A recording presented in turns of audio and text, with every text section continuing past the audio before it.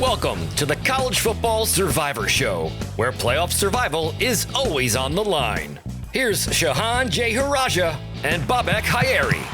Hey everybody, it's a College Football Survivor Show. I'm Babak Hayeri with my co-host Shahan J. Haraja, national college football writer for CBS Sports. We're glad to have you with us.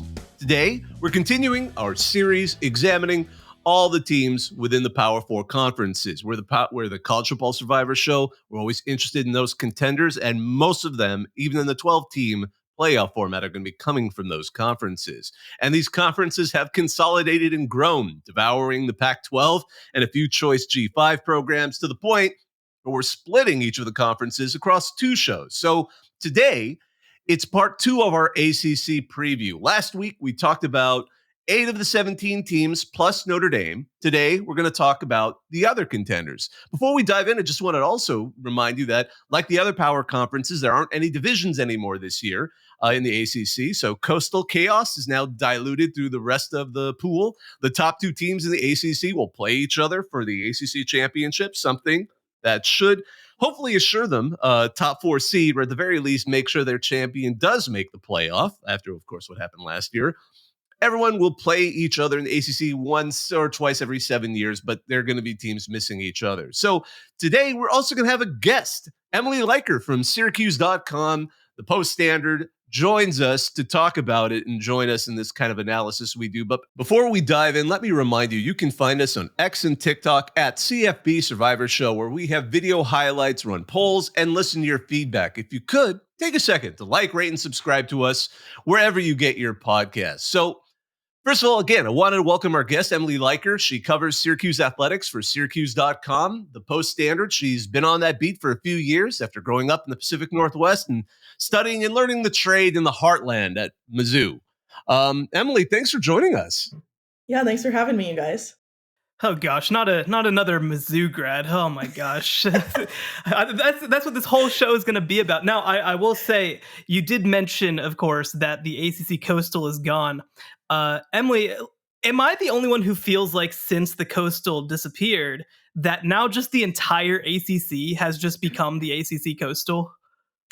Yeah, it does feel like the ACC took a turn towards the crazy last year. So this is going to be my third fall covering the ACC. So I got 1 year with the divisions.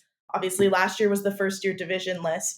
And now I feel like we're just heading towards just a very different ACC, very interesting ACC, very talk show worthy ACC. It feels like with some of the things in FSU, Clemson, some of these big programs doing very newsworthy things in recent years. So yes, I would say the Coastal chaos, the Coastal crazy, whatever you want to call it, has spread and diluted throughout the ACC. I love it. Just to kind of, because again, last week we did part 1, or at least we recorded part 1 of this in the previous show. I'm going to go do a quick rundown of what we did and the format. What we're going to do is I'm going to introduce the teams. I'm going to leave it to our 2 experts, Emily and Shahan. They're going to classify each team as a college football playoff contender, maybe a middle class, mid-tier team, or a bottom tier team. And then at the end, we'll talk a little bit about who our guest views as the best player in the conference and the most underrated player in the conference.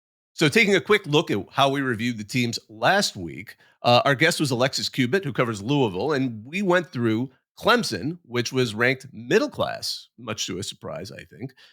Georgia Tech, it was a split vote, but they were voted a bottom tier team with a chance of perhaps proving themselves. Notre Dame, the bonus ACC team, was ranked as a college football contender. North Carolina, split vote, but it was voted as a bottom tier. And I should note the split vote, I was a tiebreaker in those situations. Duke, also we decided was a bottom tier team. Again, a split vote on that. SMU, one of the newcomers, ranked in the middle class, split vote there. Wake Forest was a unanimous bottom tier vote. Stanford, unanimous bottom tier vote. And then finally, Louisville, CFB contenders, unanimously. I think for Clemson and Louisville, I could hear arguments either direction on those. Like, I think you could have argued Clemson could be a CFP contender, but I do think middle tier is where I would have put them ultimately, but I would hear an argument the other way. And I trust Alexis and her Louisville knowledge. So her saying they're a CFP contender, I was like, okay, I could also see an argument for them being middle class. The only other one outside of that I think I was intrigued by the conversation around was Georgia Tech. I think I probably would have put them in the middle tier. I don't think I would have made them work for it. Like Haynes King and Jamal Haynes, like that backfield could be one of the best backfields in the ACC this fall. So I don't know. I think, again, like you could go either way, sure, but I think there should have been a more firmly middle class for Georgia Tech. Yeah, you're speaking my language. Like you said, that backfield has been great. If we're gonna put Clemson at 4-4 in conference as a middle class team, how are we not putting Georgia Tech at 5-3 as a middle class team? Of course, they needed some things to go right to make that happen. I'm gonna be excited to watch them this season, but I think it's fascinating. Also, we ran through 9 teams last week, including a team that's won 2 national championships, and only came up with 2 CFP contenders. And just to remind people. I mean, when we say CFP contenders, get out of the mindset of the 14 field, right? There were like 7 CFP contenders in previous years. This isn't that. There are going to be 12 teams that make it. A team from the ACC is essentially guaranteed a spot in the college football playoff. And so, again, to have so few, I think, is notable. We ran through even earlier this offseason sort of our way too early college football playoff. And again, it was kind of notable. We didn't necessarily see a second team that was poised to break into that conversation outside of just the ACC champion. And we ran into some of those issues too with the Big 12, which, we'll have a chance to get to in the next few weeks. So it's a weird year, in my opinion, kind of an unfortunate year that we're heading into this 12-team playoff, because there have been so many years where the ACC and the Big 12 have had 3, 4, 5, 6 type teams who would have a chance to go and be top 12. I don't know if it's going to be this year. Yeah, and I'm always one of those people who's like, at this point in the year, like very cautious. Like week 1's going to come and everything that we're saying now is going to feel silly in some regard. And so like fixed. Right. Yeah. I'm like always like very cautious, but it is a very interesting year. And like, I think there's not as many clear cut teams that are going to be very good as there have been in previous years. Absolutely. Well, let's get to some of the second half of the ACC.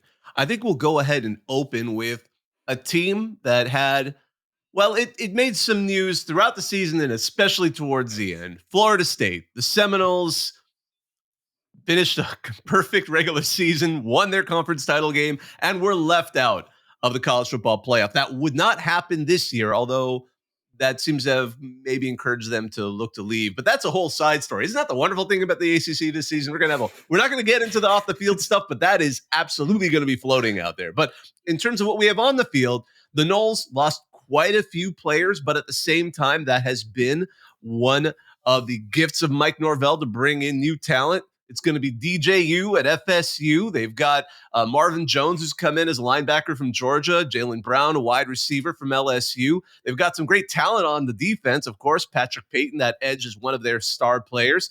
We're going to get some really interesting games going for them. Obviously, Florida State at Miami could be a very interesting ACC contender game.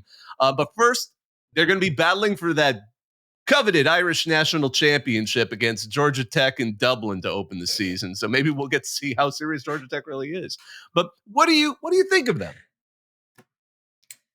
Yeah, you mentioned DJU and Marvin Jones, and those were the 2 guys that I had tabbed down as like those are the ones that are like going to lead this retooling that Mike Norvell has done over the past offseason. And there are going to be plenty of guys on this team too that have a chip on their shoulder from what happened at the end of last season and not making the college football playoff. And so I think this is certainly a CFP contender team again.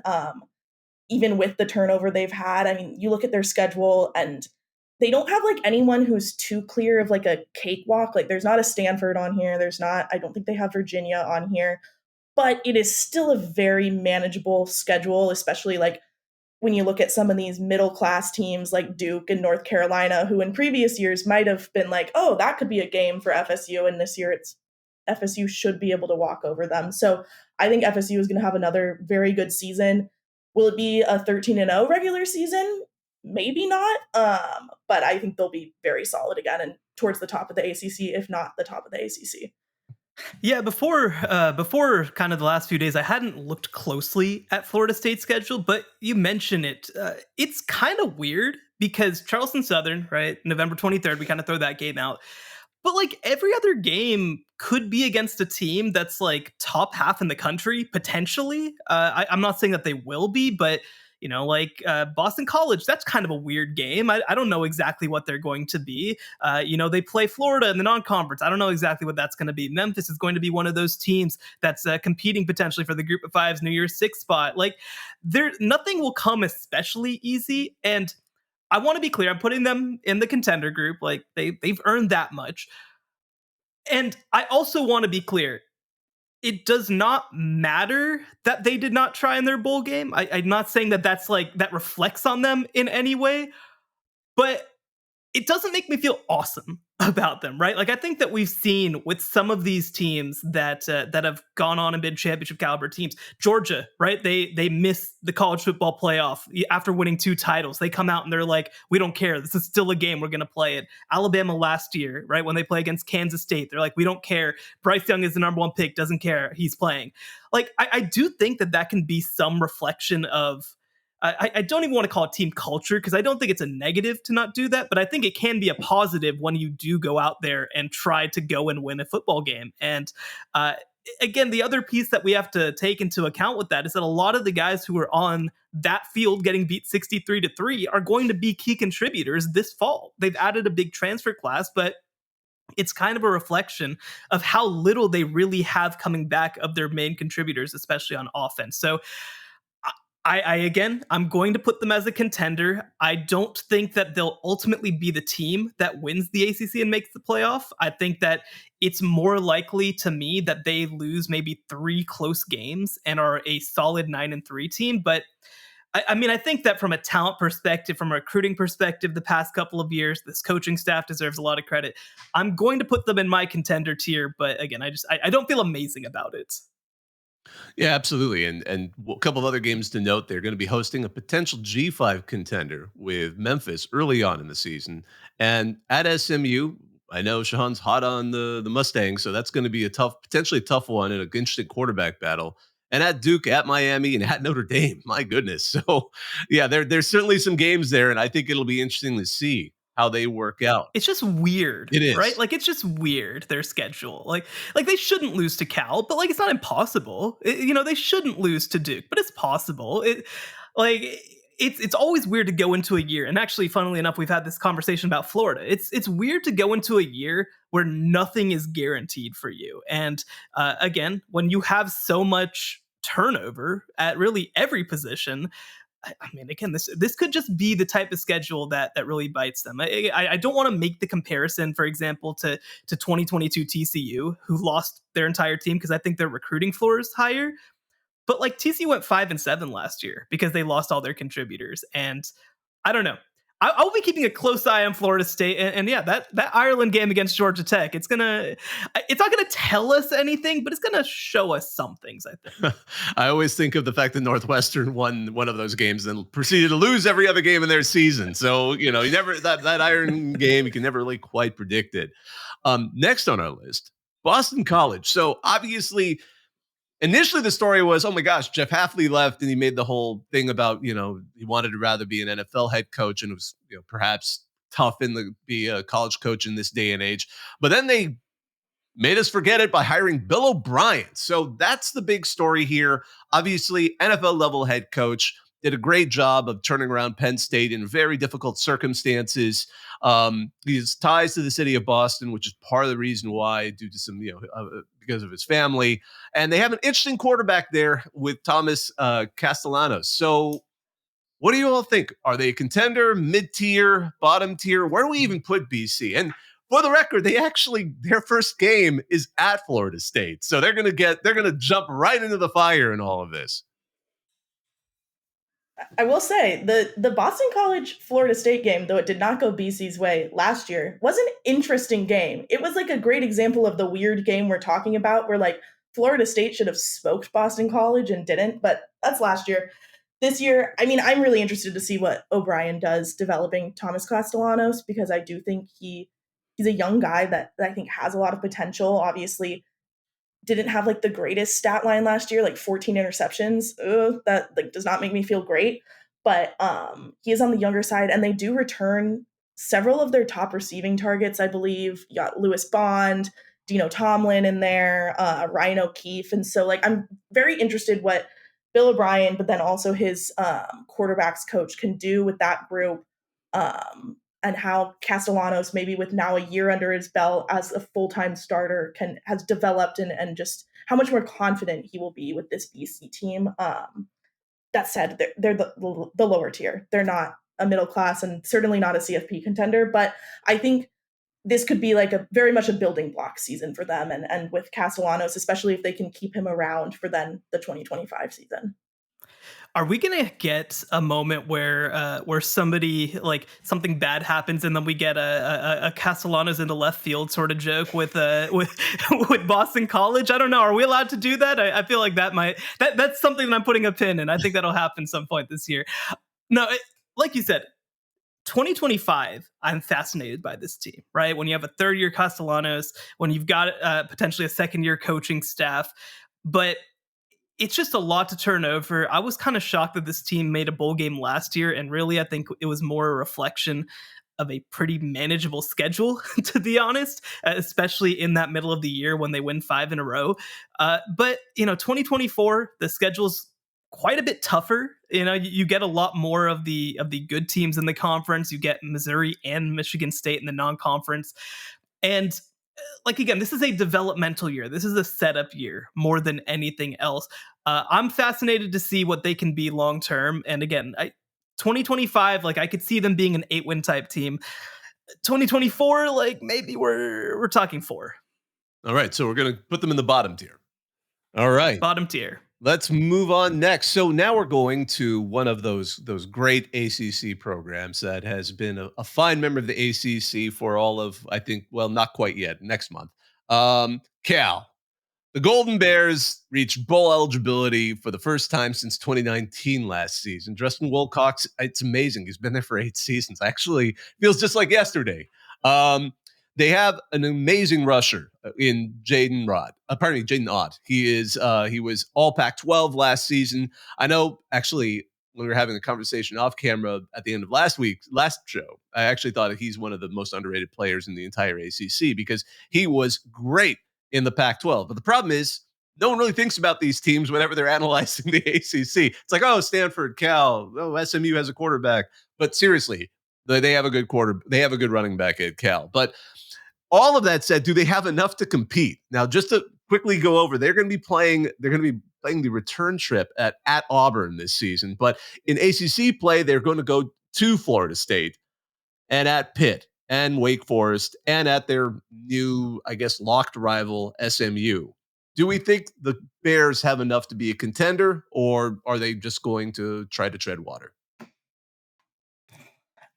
I think tread water is a good way to put it because like I don't think they're going to be a bad team, and I think they're kind of like a cusper between the lower class and the middle class. I'm certainly really intrigued by Jaden Ott. I know you guys talked last week about Amarian Hampton being probably the best returning back over with UNC. I think Ott's going to give him a run for the money, could challenge him there and be the number one.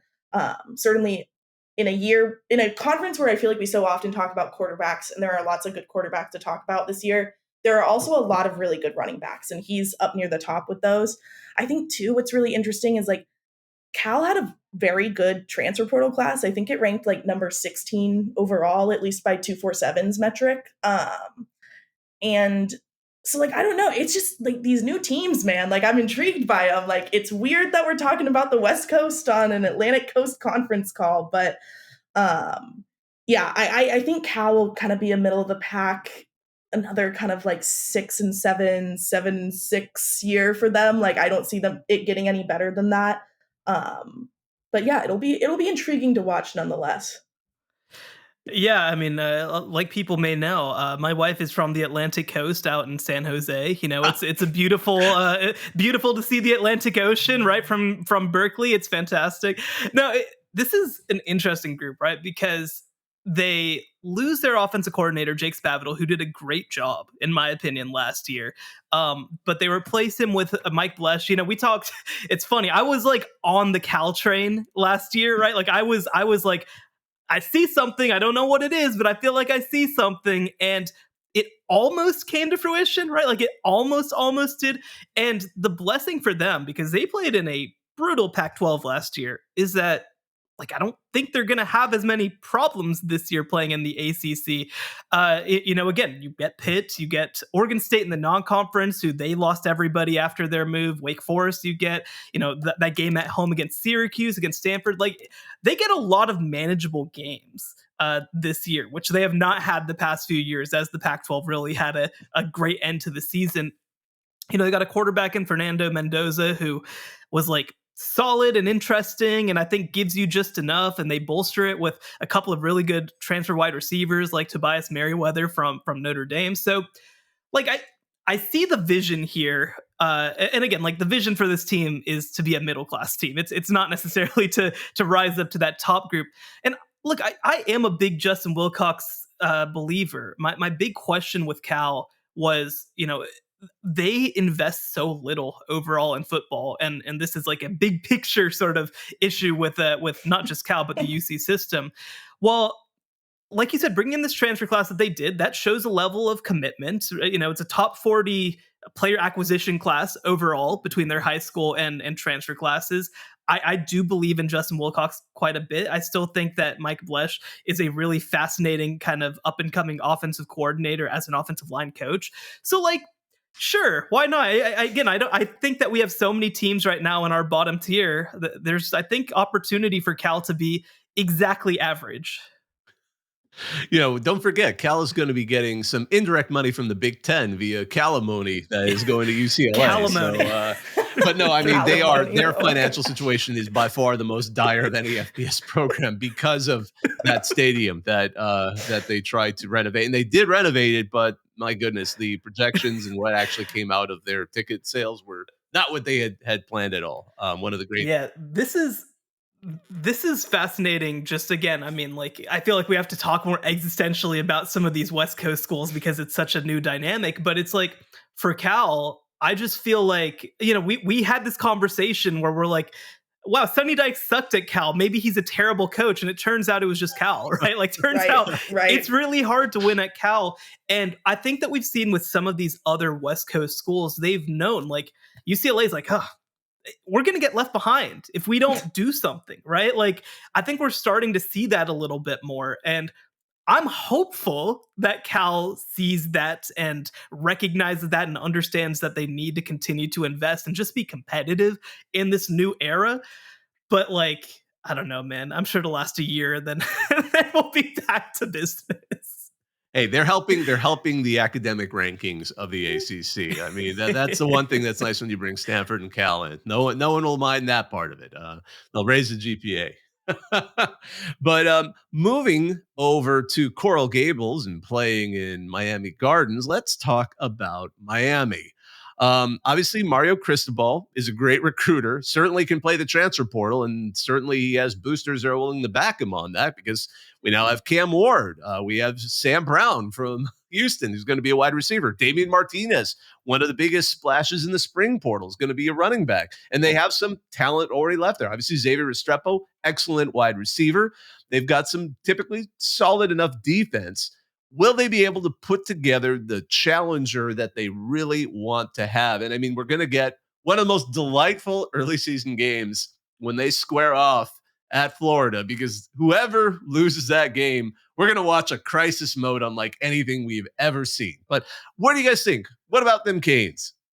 I have prided myself the past 2 seasons on not overrating Miami, because that is something that historically happens in the ACC, and I think in wider college football as well with them. But I have properly rated, or at least not overrated, Miami the past 2 seasons. And so I think that gives a little bit more weight to, I think they're going to be good this year.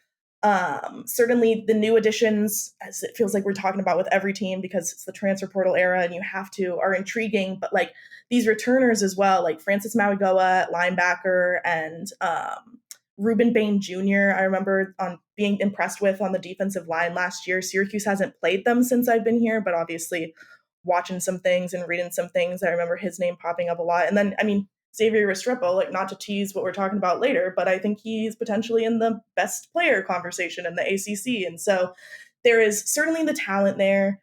Cristobal's in his third year, which you'd think he's settled in a little bit again. He got some embarrassing mistakes in terms of clock management out of his way last season. And so I think it's going to be a good year for Miami. I hope I don't lose my streak of rating them properly, but I like lean towards like they're potentially contenders. Like I don't know. That's my gut instinct. So I'll go with that. Yeah, I think that I'll frame it this way. If they're not contenders, then I think that we need to ask some hard questions about Mario Cristobal, because Yeah, that's you fair. look at what they were last year, because they should have been a better team than they were last year, frankly, if they don't burn some games away because of some coaching decisions. And then you get to replace the quarterbacks that they had running out there with Cam Ward coming in from Washington State. You mentioned Xavier Restrepo, but now you add Sam Brown to the mix as well. You add Damian Martinez as a running back. I'm most excited to see what this offensive line could be. You mentioned, of course, some of those young offensive linemen who played pretty well in year one. Like, the pieces are all there, man. Like, there is no excuse for this roster and for this team to not be an ACC contender. And we've had this conversation about Ohio State, and we will probably when we do our Big Ten shows. But like, they said, we're retaining, we're adding. This is the year. It has to happen right now, right? If Ohio State doesn't win the national championship in 2024, we have to ask if it's ever going to happen. I feel like Miami's in that position with Mario Cristobal and the ACC, right? It is so wide open, relatively speaking, and they have such a talent advantage coming in this year with the number 4 high school recruiting class and the number 10 transfer class in the country. Like, it has to happen this year. The thing that we heard repeatedly was that Cam Ward coming out of Washington State was leaning NFL draft because he was asking for so much from an NIL perspective to consider schools like Auburn or these sorts of schools. Well, Miami clearly paid up, right? Like, they clearly found the money to pay up in some way. And if that investment does not pay off, I think, again, like, you have to start asking really hard questions about whether this is working. And while I don't know that this is extremely working, I do think it is working overall. They've built up such a baseline of talent. I actually really like also their offensive coordinator, Shannon Dawson. I think he did a really good job of managing their games last year, outside of the end of game situations, of course. But I mean, again, if Miami's not an ACC title contender and a college football playoff contender this year, then like, it's just not working. Yeah, and it's so funny to hear the description of Miami at the beginning. Like, they always seem to have the talent, not the results. That's why for the life of me, I mean, they have apathetic fan base. It seems to really only be interested if they're really successful. They're in a warm climate. They're a private university. I still say Miami is USC East, and I say that as a USC alumnus. They were meant for each other. So maybe one day we can get Miami in the Big Ten in the national. We're close. We got them. We got them playing in the Bay. We're only 6 hours away now. Yeah, exactly. Oh my goodness. So moving on, another interesting team, Pitt. So Pittsburgh is an interesting story in the offseason. They were able to at least bring in a quarterback from Alabama and Eli Holstein, but the departure of Deion Haynes is still one that I cannot get over. He was by far, it sounds like, their most well-compensated player, obviously a stud at his position.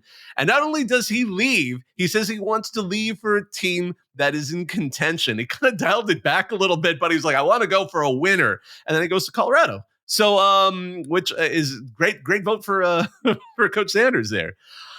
What do we make of it? Pitt is one of those teams where I think some people wonder, is Narduzzi kind of reaching the end? Should he be there still? Or is this just a team that has to get things to fit right? I think Narduzzi will keep chugging along for a couple more years. I don't think they're going to be as good as his best years at Pitt have been. But I think he's got a few more years in him there before they decide to pull the plug on him. Um, the departure list is really jarring for Pittsburgh. And that's considering that they also finished 3-9 last year. Like, you shouldn't be looking at a 3-9 team and being like, oh my God, they lost so many good players. And yet somehow with Pitt, we are. Like, you mentioned Haynes, but then also, I just had the list pulled up, like Solomon DeShields, one of their best linebackers, is out. MJ Devonshire and Bub Means obviously went out in the draft. Like, there's like a pretty long list, and most of them are on defense as well, of people who left. You're bringing in a new OC, you're bringing in a new quarterback. Like, there's just a lot of moving pieces, and it feels like a retooling year for them. And so, like, it's going to be another down year for Pitt, is my projection. Like, I don't think they'll quite stoop to the 3-9 level again, but certainly it's a lower tier year for Pittsburgh. Like, they're not going to be in the conversation of the ACC for another 1 to 2 years, I think. Yeah, I mean, it's brutal because, like you said, a 3-9 team, lost players to the draft. Their own players are actively saying this team isn't any good.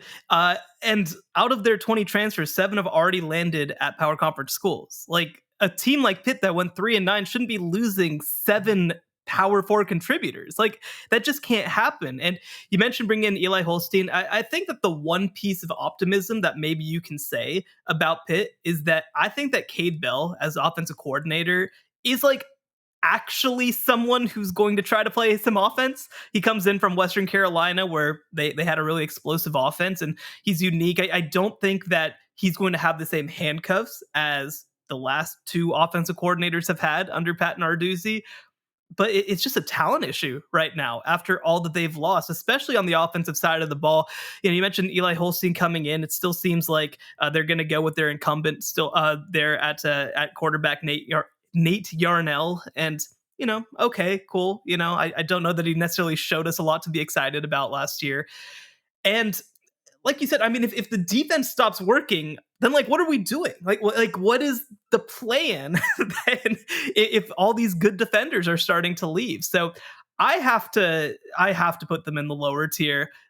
They were a program last year, especially, that I just did not see their fall off coming to the level that it came. You know, they of course had their great year where they win the ACC, and then they're still very solid behind Israel Abanikanda, but then like, they just haven't had a playmaker on offense in so long. I don't see who that playmaker is this upcoming season, and so I can't put them anywhere but the bottom tier. One thing I will say for Pitt is their schedule actually isn't too bad this upcoming season, at least in ACC play. They miss Florida State, they miss NC State, they miss Notre Dame, which of course is the wild card in all ACC scheduling. So if they have any hope, is that they do miss quite a few bad, and Clemson goes to Pittsburgh. So we'll see. I do agree with both of you, though. It's going to be But like, if you're like one of the worst teams in the ACC, doesn't that make every game hard? Yes. Like, no, doesn't that mean that every schedule is bad? No, I mean, look, just looking up and down their schedule, because the other piece too, they go at Cincinnati, which Cincinnati's not good, but they lost them last year, and now they're going on the road. They're probably going to lose to West Virginia at home, although that's a rivalry game, so dumb things will probably happen.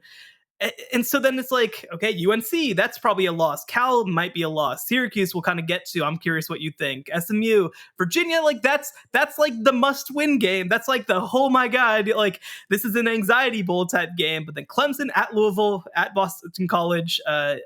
Maybe that's when we get the Castellanos. When we see Pat Narduzzi flying into the third row and just say, there goes another hit from Castellanos. I don't know.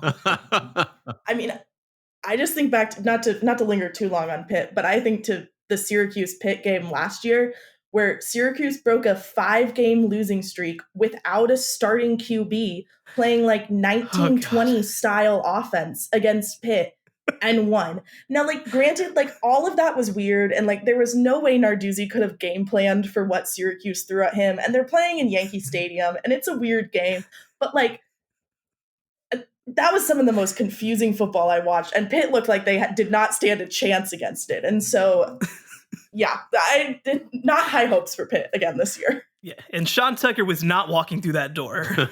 No. Oh, I love it. I love it. Well, moving on to, actually, let's take a quick break. And when we get back, we'll wrap up the part 2 of our ACC preview here on the College Football Survivor Show. The College Football Survivor Show, where playoff survival is always on the line. So let's see here. Next on the docket, Virginia. So Tony Elliott is in year 3. They have a quarterback battle with Tony Muskett and Anthony Colandrea. I think I have that right. Pardon me. They've got some good wide receiver production, but I know a lot of previews have them kind of towards the bottom of the conference. Where do you guys see the Wahoos? I mean, I think the most intriguing part of Virginia's season will be who ends up at quarterback, and I think whichever one of them ends up at quarterback is not going to make too big of a difference in the outcome of their season.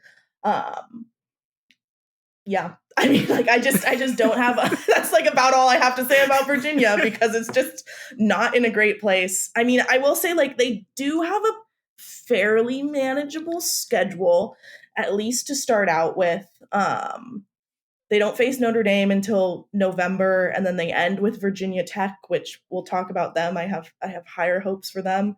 So like maybe like the schedule is more manageable, but in terms of like right now, looking at the season, like that quarterback battle, that Muskett versus Calandria is like the most interesting thing to me, and it's not even interesting enough for me to like really perk my ears up when Virginia gets mentioned in conversation.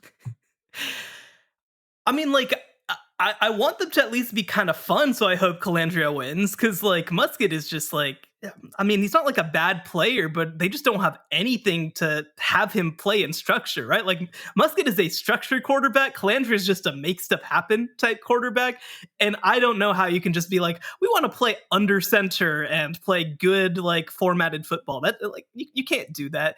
This has been such a disaster. Like I could not have anticipated how much of a disaster the Tony Elliott era has been. Of course, like we have to give him grace for what happened at the end of his first season, but like even before that, right? Like the tenure didn't shift based off of what happened there necessarily either. And you say that, of course, that they have a manageable schedule, but their ACC slate, man, that is not fun. I see like that last stretch of the season starting on October 12th. Louisville, at Clemson, UNC, at Pitt. So, like, you don't even get Pitt at home. You have to go to Pitt, at Notre Dame versus SMU, at Virginia Tech. They could lose every single one of those games. Like, they really could. And I don't see the vision. Tony Elliott is probably near the top of my list of coaches, especially with that closing slate who could get fired. Like I could see them starting, 3-2, but then just losing so many games to close the year that you just can't bring him back. I don't see much reason for optimism at all. And really, I mean, the biggest case for him to probably come back is that I don't know if they're going to be able to do a whole lot better with their next hire. Yeah, there's not a lot of work to work with at Virginia right now, and I don't know what their like NIL situation is like or anything down there. The fact that I don't know anything about it probably means it's not too crazy good. So yeah, it's definitely a tough job, and it's a tough place right now. And obviously, you mentioned what happened at the end of Elliott's year 1, and I am curious like how much that's just affected like the roster and like their mentality. Sure. And like all of that. Like that's a very difficult thing to go through, obviously. So maybe this is the year, maybe 3 years on from that, almost like things settle down a bit. They did have 1 or 2 big wins last year. I remember watching it was the UNC game that they had the crazy upset in, I think. Yeah. So they have had their moments. It's just not been consistent enough to string optimism on. Yeah, and just from the perspective of NIL, again, we don't necessarily know the details, but what I'd point to is number 88 high school recruiting class. I mean, with only 13 kids in it, that is not great. And then as a transfer class, they had 13 players to be 52nd. So, like, it doesn't seem like they have these guys coming in. Now, just looking at the actual players, Chris Tyree from Notre Dame as a wide receiver, that's somebody that I'm, like, modestly intrigued by, but I don't know. I don't see how this comes together. They also added a quarterback too, and Gavin Frakes from New Mexico State, probably more as a depth piece, and added a couple wide receivers. But Like, that's what this would take. It would take Calandria coming out and having more weapons to work with, and maybe there's an upset or two somewhere in there. And by the way, Tony Elliott, I'd encourage you to have one of those upsets be Virginia Tech for obvious reasons. But it is tough out here, man. Like you said, you never know how a tragic moment can derail a tenure, but one way or another, it has just not happened so far. So Tony Elliott seems like a great guy. I mean, I really hope that it works for his sake, but I mean, when we get to the great guy conversation, that's kind of a good indication of how things are going. Yeah. Yeah, absolutely. No, and listening to you both talk about it ran into the same problem I did. I'm like, does anyone even know about Virginia right now? Like they are the most, I think they are quite possibly the least talked about team in the ACC right now, because they don't even have they're coming in for the first time, or, oh my gosh, they hired a big splash head coach. They are literally like, yeah, they're still there. It's them and Wake, and Wake's coach is like proven as a good coach, even if everything's crumbling around him. Well, let's move from Virginia to North Carolina State. So here's a team that was able to retain some key players on the defense, like Davin Vaughn and Aiden White. But the real splash they made was portal season. They brought in Grayson McCall, Coastal Carolina's dynamite QB, who was doing just tremendous jobs in the Sun Belt for what seems like forever now. When he's one of those quarterbacks that's been there forever. And now he's going to have some coaches that can potentially unlock what Jamie Chadwell was able to when he was still at Coastal. But not just him. They brought in Noah Rogers, a wide receiver from Ohio State, Justin Jolie, a tight end from UConn. And again, they have talent still there. Casey Concepcion was an exceptional wide receiver who is going to still be on that team. So they're going to have some weapons on that offense. So what do we make of the Wolfpack? I think the Wolfpack's going to be really good this year. I think the Grayson McCall pickup is great. You know, obviously there was like a weird quarterback situation for them last year with tried to reunite Brennan Armstrong with Robert Anai, and then they bench him, and then things get weird and choose to redshirt, and all this stuff goes on, right? But I think Grayson McCall bringing in a more veteran guy through the transfer portal again is like the exact right move, and I think this will go better. Not that Brennan Armstrong went terribly, but I think this will go more consistent for them. I think Casey Concepcion is one of those younger guys that I'm really intrigued by in the league as a whole, and that I'm looking forward to the other transfers. But I think the big thing is like they might have one of the easiest schedules in the ACC. Like they don't have to play Florida State. They play Clemson. They play Clemson, and that's about it in terms of like teams that could actually like really challenge them. I mean, like there are other games in there, right, that like when we get to the game could go either way. Like the Syracuse game could be interesting. The Duke game could be interesting because it's a rivalry game of sorts. The UNC game is always interesting because it's rivalry. And they do start out with Tennessee early in the season, which could set the tone of their season one way or another. But, you know, I'm high on NC State. I think they're going to have a really good year. And I mean, I have them in the contender category. Yeah, another name that you guys didn't mention was Jordan Waters, the running back coming over from Duke, who was a huge part of Duke's offense last year, especially when Riley Leonard was out. I think that like my minor concern is what happens if Grayson McCall keeps having injury issues. Like I don't love their backup plans, but I mean, they kind of worked through a version of that last year, right? With just throwing MJ Morris out there and getting just enough from him to still go and win some games. I think that there's a good case that Dave Doran and the job that he's done at NC State might be the most underrated coaching job going in college football right now. Like they just rattle off 9 wins every year, basically 8 or 9, basically year in and year out. I would love for them to have their breakout moment. I think that the stat is they've only won 10 games once in program history, which is so weird to think about with how good they consistently are. And the other funny thing about it was I think it was 2021 when their bowl game was canceled. They decided to claim the bowl win as a 10th win. Yeah, that was great. Because like I get why I get why they were mad about it, but like I'd love for them to actually get 10 wins this year. the guys that they're bringing in, like you mentioned, with a defense that's already really, really good, with a coaching staff that I think is fantastic. Robert and I, like you mentioned, I think did a great job of elevating this offense last year. Schedule-wise, like you mentioned, like all the pieces feel like they're coming together, and especially in an ACC where, like I talked about, I'm a Florida State skeptic. We think that Clemson right now is middle tier. I'm not calling NC State the favorite by any means, but like if we were to make odds, I could see them having the first or second best odds heading into the year. And again, like they need some things to go right. They need Grayson McCall to stay healthy. But if he does, like, sure, man, why not? So I'm all in on them as a potential contender. Not surprised to hear that. And I think there's a lot going on there. I think that benchmarking game against Tennessee is going to be very interesting for both those team seasons and where they kind of fall within their respective conferences. But moving on.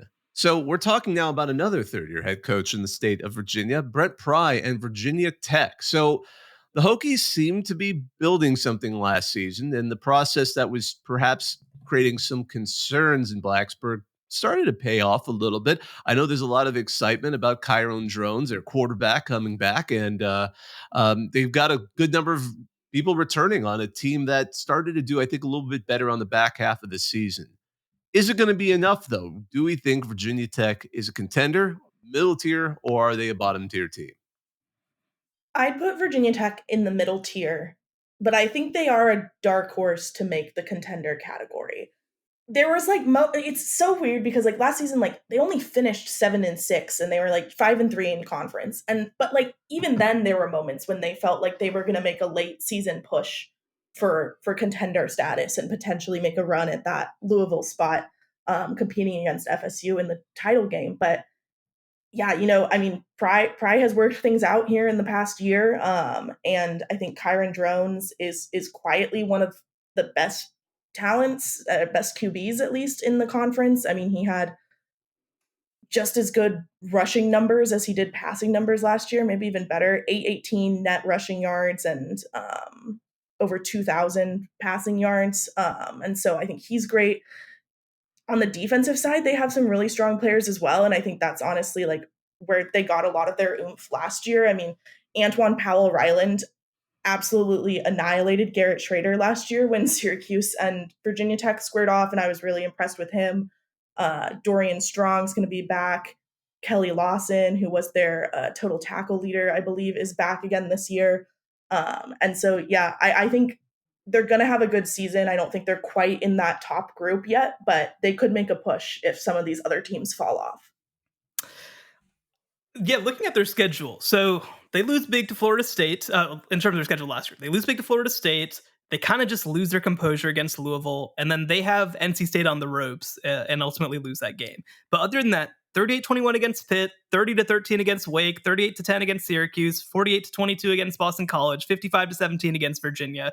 First of all, Tony Elliott, go watch some of this tape, and this is why you just need to put the quarterback in who does stuff. Like just have someone in the game who does stuff, because this is what happens. Now, Anthony Calandria is not the rusher that Kyron Drones is, and by the way, Baylor legend. Just have to make sure and throw that in there.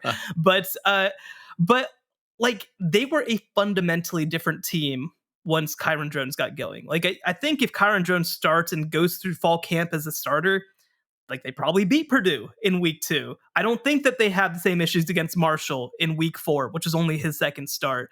Rutgers was kind of a tough game for them, but like I think they're more competitive in that game. And suddenly we're talking about a team that's maybe like a 9-win type team instead of a 7-win type team. Some of this was projection, right? Like some of this is just saying like, look, we're just looking forward and we're seeing a quarterback who's continuing to grow. It's some of my conversation that I had about Haynes King last week with Georgia Tech, by the way, also another kid from the state of Texas.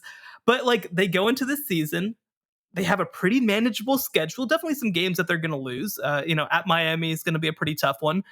Clemson at home, that's probably another one I'll keep a close eye on. But I think that at Miami is the only game that I'd consider them to be a significant underdog in.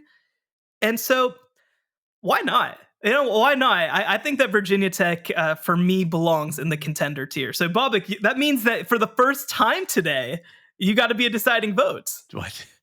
I am leaning towards putting them in the middle tier. I think that they are better than Virginia. Oh man, you just side with the guests every time. Well, I no, swear. and I'm also maybe I'm You're like trying a to be gloomy polite. Gus on this stuff. It was so funny when I was kind of looking at the Virginia Tech schedule. I actually circled one of their non-conference games because at Old Dominion. I don't know if you all remember this, but their series right now, Virginia Tech barely leads 3-2, and it's only been the home team has won each game. So they're going to Norfolk, and I don't know, like if they can just get past that week 3 game, then maybe I'll be a little more optimistic. What I'm hearing is a 10-2 season with a loss at Old Dominion. I've seen this happen before.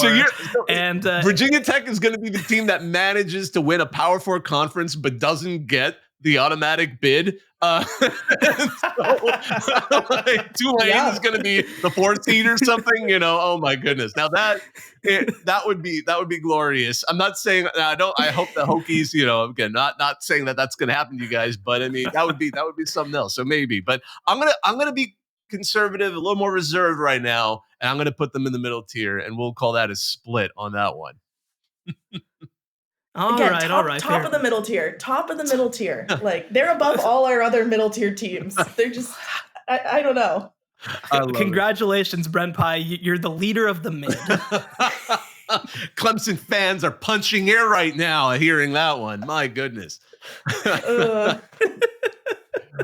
So let's go ahead and wrap this up with Emily, the team you cover on a regular basis, the Syracuse Orange. So obviously all the news, they really made a splash with that hire and bringing in Fran Brown. The guy clearly knows how to recruit and obviously knows defenses from his time coaching at Georgia. He brought in Kyle McCord, the Ohio State quarterback, who probably got a slightly bum rap because he's certainly a great quarterback, and more of the analysis that's been done, taking away the emotion, shows that he is still a solid performer. And he's bringing in a lot of energy. They're going to have, again, some good offensive weapons for him to work with, both people to catch a ball, but also a great rusher in LaQuinn Allen. They've got some good defense. They've got at least good transfer in Fidel Diggs the edge that's coming in from Texas A&M. You're the expert on this team. Tell us, what should we expect from Syracuse? Yeah, I think this is going to be a really fun Syracuse team to watch. I don't think, and I kind of pray, because it's been tough the past 2 seasons to have, I don't think they're going to have these long losing streaks that we've seen the past few years and in the final years of the Dino tenure, where they go on like a 6-0 start to the season and then lose out the rest of the year. And it's like, okay, what happened here? Obviously, the transfer portal additions have been just huge talk this offseason. Kyle McCord's the biggest one, right? Like, they needed a quarterback to come in here. They did not have someone waiting. Honestly, they don't really have a great number 2 option right now, which is one of the kind of, I think, question marks around them entering the fall. But getting Kyle in here to be the number 1 guy was a big thing for them. And then you mentioned Diggs, and they have 2 new wide receivers that come from Georgia, follow Brown. That's Jackson Meeks and Yazid Haynes, who I think will also be immediate impact guys. They didn't do a ton at Georgia, but that's because everyone at Georgia is talented, and so they weren't necessarily needed there in the way they're needed at Syracuse. I think the big thing we've talked about with Syracuse heading into this year, or the big thing we talk about up here, is it is a very manageable schedule. Probably the most manageable schedule they've had since I've been here. Like, none of the teams that historically knock them out mid-season and leave them injury riddled and down on their luck, like Clemson and Florida State and UNC, none of those teams are on the schedule for them this year, which bodes really well. I think because of all the hype around the program, there's been a lot of people talking about what should be a ceiling being an expectation. And so I've been trying to temper those conversations a lot, because people will be like, the expectation is they're an 11-win team, and that should not be the expectation. The expectation's got to be a lot more reasonable than that. If you want the ceiling to be 11 wins, sure, whatever. But, I do think they'll be bowl eligible again. I think we'll be looking at closer to probably an 8-win team, 7-8 wins. But yeah, it's going to be interesting to watch. I mean, it's a first-year head coach. And not only that, he's never head coached before. It's not like some of these other guys coming in. It's not like Manny Diaz down at Duke or Bill O'Brien at Boston College, where these guys have experience. This is Fran's first head coaching job. And so as much as he's been a talented position coach, as much as he's a talented recruiter, and he has a lot of great people to lean on, both in his staff and then around him. There are going to be kinks to work out, right? There is going to be a bad game clock management scenario or a bad play call, or he's going to send a kicker out to do something and it's going to backfire, right? Like there are going to be kinks that have to work out. And the same thing is going to go for the players, right? Like Kyle is still going to have to build chemistry with some of these receivers, even though I would say he has more than I thought he would in the spring. And so they're middle tier for me, and like actually middle tier, not Virginia Tech, like pushing for contender status. But yeah, I'm looking forward to watching them and just kind of getting to see a revamped team this fall. Yeah, so I think one of the things that's just interesting big picture about the ACC, especially over the past couple of years, is I look at Syracuse last year. You know, we mentioned Boston College, right? These are teams that were in bowl games, but it never actually felt like in the context of the P4 that they were like bowl caliber teams. Like it's one of those things where it's just like, all right, well, you played 4 non-conference games that were all manageable, and then like you just really needed to get 2. And so I think that also like I view him taking over Syracuse as being taking over a kind of not great situation. Now, I think that he has, like you said, put together a tremendous transfer class. Like Kyle McCord for Ohio State isn't good enough. For Syracuse, that'll do just fine, right? Like it's one of those situations. Defensive line wise, bringing in Fadale Diggs from Texas A&M. I mean, that's somebody who's played a lot. That's somebody who's a known commodity. The receivers, like you mentioned, that they bring in, I think that you can make the case. Like, I mean, I'm trying to think back. Of course, Sean Tucker being a great player, Andre Sisco being a great player, but like if you're to look over the last 5 years, I mean, out of the 20 most talented, just like pure talent players that Syracuse has had over the last 5 years, a huge number of them, I'd make the case, are on the roster right now. The question I think that I have, and I'm going to put the middle tier to be clear, but you mentioned sort of like in the 8-win range, and I'm curious your thoughts on this. Like, do you think that this is ultimately more of like the setup here, right? Because like I think to his old boss, Kirby Smart, and he took over a team that I think won 9 games at Georgia the year before, but it just took a year. And then the next year, of course, they're playing in the national title game. I mean, especially when you look at the relative inexperience of this team, when you look at, so many new players, so many new coaches, some very experienced coaches. I love Elijah Robinson coming over as defensive coordinator. Jeff Nixon, actually, really, they got the Baylor band back together. Between Nebraska and Syracuse, it's like all of the Baylor assistants on Matt Rule's first staff. It's kind of hilarious. But like, I'm just curious from your perspective. I mean, like, if this is a 6-6 team that pulls an upset and plays a lot of close games, will people view that as a disappointment? The Syracuse fan base probably will. Yeah. They shouldn't, but they probably will. Like it's been crazy. Like I cannot even begin to explain just how crazy like the hype and excitement around Brown's arrival has been. I don't even have like something comparable from my own experience. Like people are truly over the moon about Fran Brown being hired here. And like I get it. Like the last 2 years, like there's been some really down moments with Dino Babers, and like they needed to get him out. Good man, they needed to get him out. And Fran like hits all of these things, or at least has in his first 6 months here, hit all these things that Syracuse was like substantially lacking the past few years under Dino. So yeah, I think people would be disappointed. And again, especially considering like who's on the schedule and what the schedule looks like.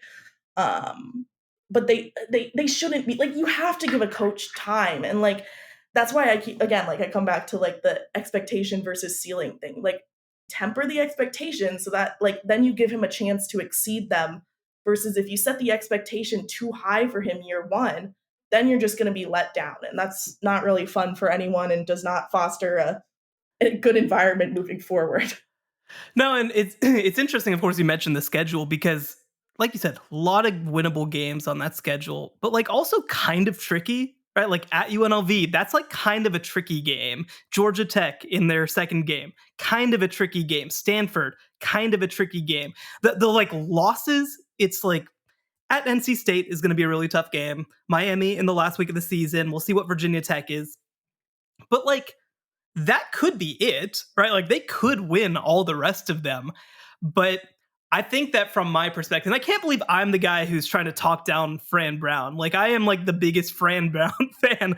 But I think for me, again, they're definitely middle tier. I definitely think that they have a very good chance to be in a bowl game. I think that, like, it would not surprise me, for example, if they lose at UNLV and then beat Miami and that's how they get 7, right? Like, it would not surprise me if it's that kind of, like, there's highs and lows type of season. But I think I do ultimately view this as more of a setup year. And so long story short, I have them in the middle tier, but they're going to be one of those teams that I'm watching so closely this year. I'm so fascinated to see what Jeff Nixon can do with Kyle McCord and this kind of offense with the weapons that they have. I'm going to be fascinated to see. I went through Syracuse's recruiting again over like the last 12 years, and like 5 of the top like 20 recruits of the past 15 years are on campus right now. Like, they haven't had this level of players since basically 2012 in terms of high school recruiting. And this is a shortened recruiting class. This isn't even a full recruiting cycle. For people who don't know, and I've talked about it a little on this program, Fran Brown is seen as essentially the dean of Northeastern recruiting. Like, he is that dude in New Jersey, in New York. He's, I think, originally a Philly guy. He coached at Temple too. So like, there's a lot there to be excited about. But yeah, I feel like it's another one where I'm like, for real expectations, call me back in 2025, not in 2024. Yeah, I think that's a good way to put it. Yeah, and I just want to say I compare him to Tim Brewster when he joined Minnesota as a head coach, and people are like, "Wait, he's a." Well, that's not exciting. Well, no, that's I get wary of that. He was a guy who would not. I mean, to be fair, Fran Brown was a co-defensive coordinator for one season, but Tim Brewster was also like, "Wait, the guy's only been a position coach. We're handing him the keys to a Power 5 team." And sometimes you're like, "Well, he's great. He's a great recruiter," and I'm like, we'll see. So that's my own personal hesitancy in all this too. But I do love the fact that Stanford's welcome to the ACC moment is going to be playing at Syracuse this season. That's going to be their first ACC game. So they're going to be going into the dome, the JMA Wireless Dome. So maybe that'll give them the luck of the JMA Wireless Dome. We'll see. Now that they lost Carrier finally and got air conditioning as a weird trade-off. Yeah. They did. I can attest. They did get air conditioning. Oh, that's awesome. My goodness. So now that we've had a chance, we've gone through all of these teams. Emily, we'd love to hear, who do you think the best player in the ACC is going to be this season? I don't know. I really could not settle on like one specifically, because I do like, with the new teams coming in and so many transfer portal players, right? Like it's hard to pick. The one I'll throw out, and I teased earlier, who is a returner, which fine, we'll do that. That'll be my metric, is I'll give you a returner. Is Xavier Restrepo with Miami. I mean, he was just one of their top receivers last year, one of the top receivers in the conference, if he didn't lead the conference. He was right behind Malik Washington at Virginia last year. I think having him back, having Cam Ward throwing to him, like, I think he's going to have a really good year and be someone that we're consistently talking about, especially in that passing game and the receiving game. Well, how about an underrated player? So I'm gonna go with a Syracuse player for this, and it's linebacker Marlo Wax, who I think has gotten really overshadowed the past few years just because there are so many good linebackers in the ACC. Like you think like Peyton Wilson down at NC State, and you got a couple of the UNC guys that have gone through in the past few years, and Clemson obviously has had some really good guys. Marlo Wax, PFF just posted this yesterday, and let me see if I can find it quickly. He is like the number 2 returner in most career tackles. Yeah, he's of returning players. He has the second most career tackles behind Iowa's Nick Jackson. He has 324 career tackles. He's led Syracuse like both of the last 2 seasons, been a captain last season, is going to be a captain again this year. And I think now that some of those other linebackers that we've heard about so much the past few years have kind of cleared and gone on to the NFL. Marlowe chose to stay for another season. I think he's going to be a name that gets a lot more talk in the ACC again this year, especially if he elevates his game, which what we've heard from him and from Fran about them working together, they've changed his body size a little bit. He's put on more muscle mass and dropped some fat, just stuff like that. Like, they are turning him into a pro player. Like, there's a reason he stayed for another year, and I think people are going to see that this fall. All right, let's put you on the spot to finish out. What is your ACC title game? Who is your ACC winner? Oh, I'm going to put NC State in there. Okay. Good choice. And I think I will go Florida State. I think I'll go Florida State, NC State. But, I'll be bold, and I think NC State might come out as the winner on top there. I don't think it would be a blowout. I think it would be a close game, but I could see NC State pulling one out there. Yeah, I'll go Florida State, NC State winner. How about that? NC State's going to the college football Maybe. playoff. About time.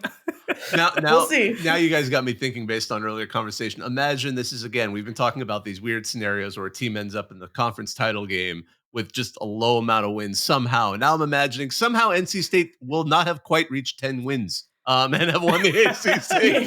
Lose in the first round and be like, dang, nabbit, we just made it and we still can't get that. We were the 4 seed and we didn't win 10 games. Right. Oh my goodness. It happened. We're in for some crazy stuff. So yeah, it's going to be fascinating. I'm also excited for, we're going to have NC State at 8-4 win, make the college football playoff as a 4 seed. And then on top of that, we're going to have Florida State being at like number 8 and falling to number 13 after losing that game. It is going to be a perfect storm of chaos and anger and making everybody upset. And then some private equity giant will come in and move Florida State to the Premier League. They're not even going to play college football anymore. I love it. Well, just to kind of recap what we've decided on this particular show, Florida State, we've decided, is a college football playoff contender.